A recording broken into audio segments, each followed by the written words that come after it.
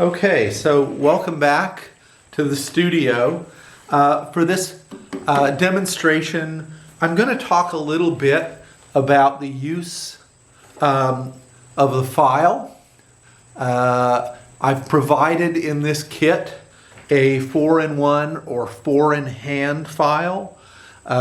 This tool has four different files in one tool. You can see two of them are incredibly coarse. They have these really big teeth that take up a lot of wood.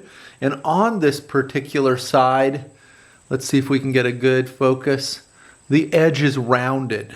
So this particular file side is rounded. Let's see if we can get a good way to represent that for you. There's a flat side and a rounded side.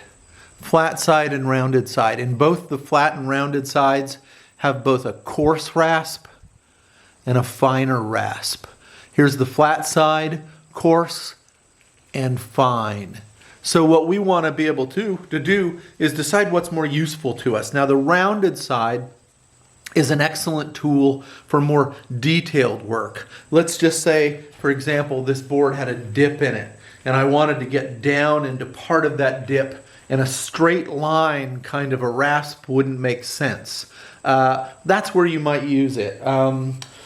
We actually have a rounded edge on the other side of this board, so let's do the flat edge first, and then we'll move on to the rounded edge. So let me start with the flat edge. We're going to work with the flat side of the 4-in-1 or 4-in-hand rasp. And I'm going to start with the coarse edge, and I'm going to just do a little bit of work on the outside edge of this board. What you do is you get a good firm grip on it, like that, holding the bulk of the rasp back here in your hand. I like to put a finger out over the opposing side. And by the way, these teeth actually bite in one direction. So they're sharp, pointing out, how do I describe it? Out that way, out in the direction of my finger. So if I run my finger across it, my finger catches when I'm pulling back this way, but it slides past the teeth when I go that way. So it cuts as I slide it that way. That would be the cutting direction. So if I'm down here on the wood, my cut is going to be that way. Now what I want to do is just round the edge of this board. I want to sort of take off that hard edge. So I have to use a little bit of force. I have to put a little bit of muscle into it, but I'm able to really carve away quite aggressively that edge. Now let's just zoom in a little bit and see if I can give you a sense of what that really looks like, okay? In fact, I'll back up and I'll work on this part of the edge so you can really see it take off that edge, okay? So here we go. See how much material that takes off in just one pass? I can actually use that on this flat side to very quickly just round off that corner. Okay, now that's the coarse edge. You can see it really chews that edge up. It really takes off a lot of material fast. What I can do is then pivot to my fine edge right here, and I can smooth that out. There we go. I can take a lot of the coarse, heavy tear that comes with that coarser of the two rasp teeth and smooth it out a little bit. And I can smooth it down, and you can see I've kind of given this a little bit of a rounded edge. I've taken off the square edge and rounded it down, okay? Now that's using the coarse part of the tool and then the fine part of the tool, following it up with that. Of course, the next thing to do, if you wanted to really smooth that out, is move on to your sandpaper. I think we've given you 3 grits of sandpaper. They're all pretty coarse, but if my memory serves, we have like a 32, a 60, and a 100.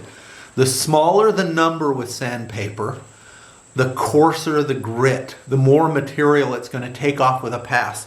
The higher the number, this one, for example, is 100, this one is a 60. Whoops, 100 and a 60. Okay, the higher the number, the finer the grit, so the smoother the surface. So ideally what you do is you start with a coarse grit. And what I'll do is I'm just going to tear this piece in half, just so I'm not using such a large piece all at once. I like to kind of tear my sandpaper into quarters.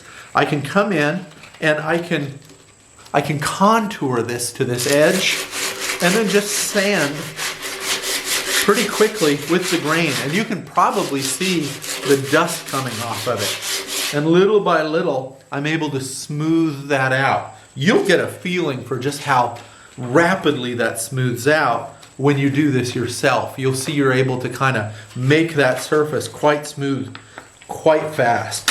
Okay, so now I'm going to tear this one. And I'm going to do the same thing. This is the 100 grit. This is the finer one. I'm going to take my sandpaper, do the same thing. I'm just going to work over that surface and smooth that edge.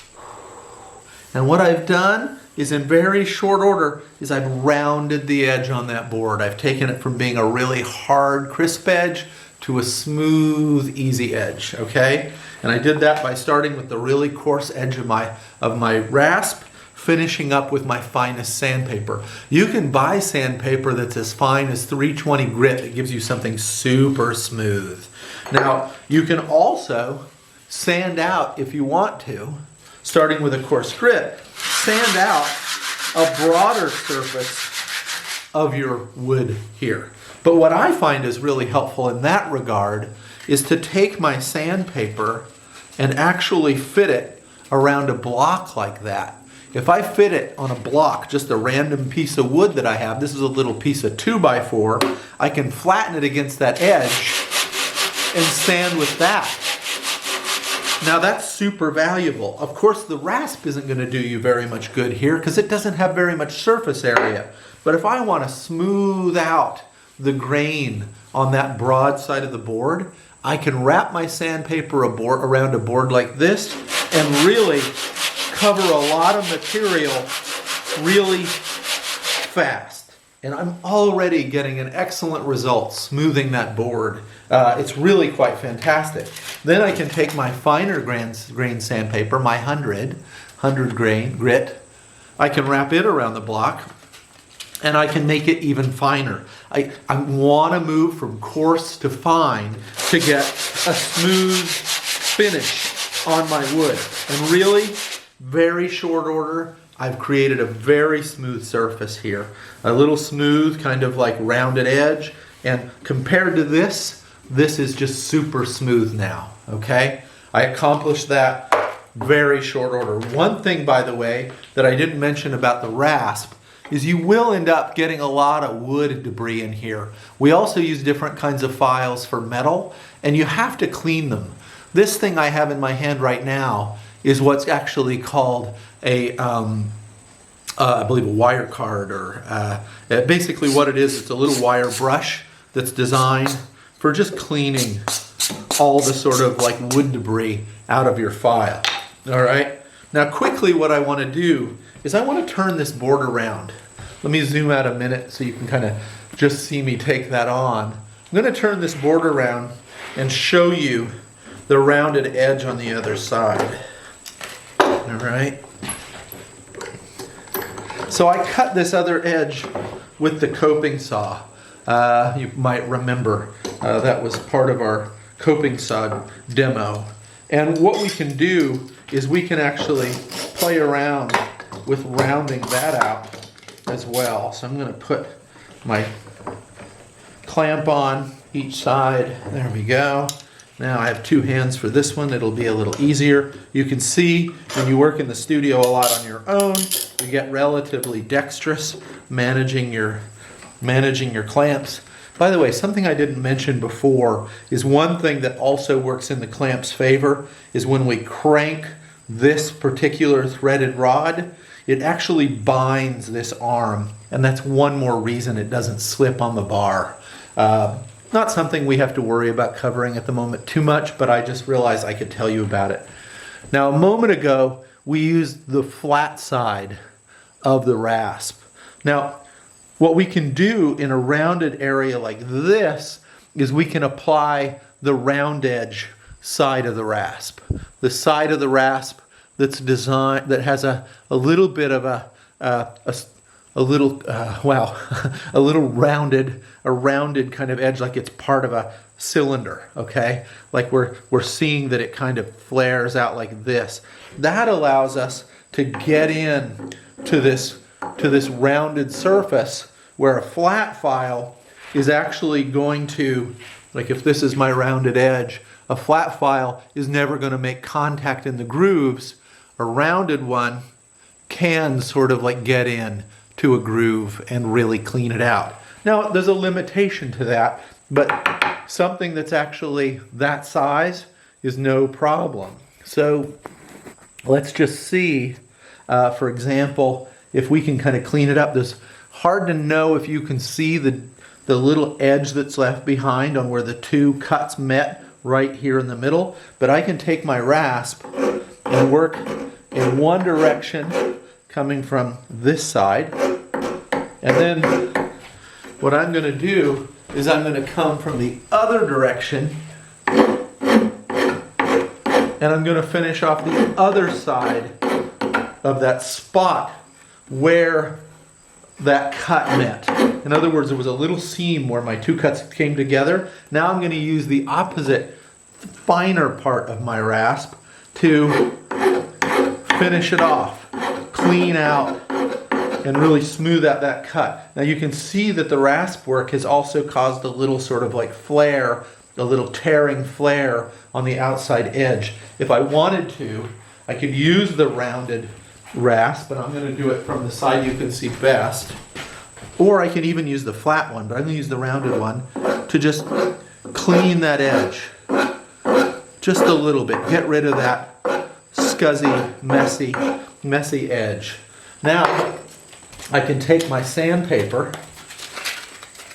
and I can get in here. Whoop, you have to be careful. I just did a little tear out there. Always good to come with the grain as you do that sanding. Just getting in here and doing what I was doing initially, not such a good idea. Always good to go with the grain and into the cut like that. Same thing would be true over here. Okay, and then I can kind of clean that up, sand it effectively, smooth out that edge, and I start to get something really nice. I can do the same thing here, round, just kind of give a little bend to my sandpaper. Same thing, pushing away from me with that grain, work my way down. Same thing over here. And slowly smooth out that exposed end grain that came with that cut, and now that's just really baby smooth, okay? So a little demonstration on how to use the rasp, how to use the sandpaper.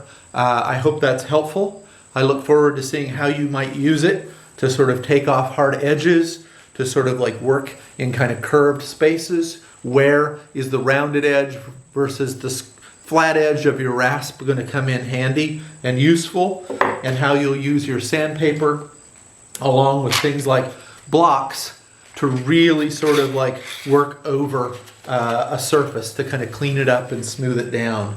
Now, one thing other that I want to just show you, this piece of wood is a little long, but you can tinker around with different types of wood block configuration, and you can do something like this to get in and create a little kind of like sanding surface. Let's say you had a little fine spot between two other spots and you wanted to get in between them and sand.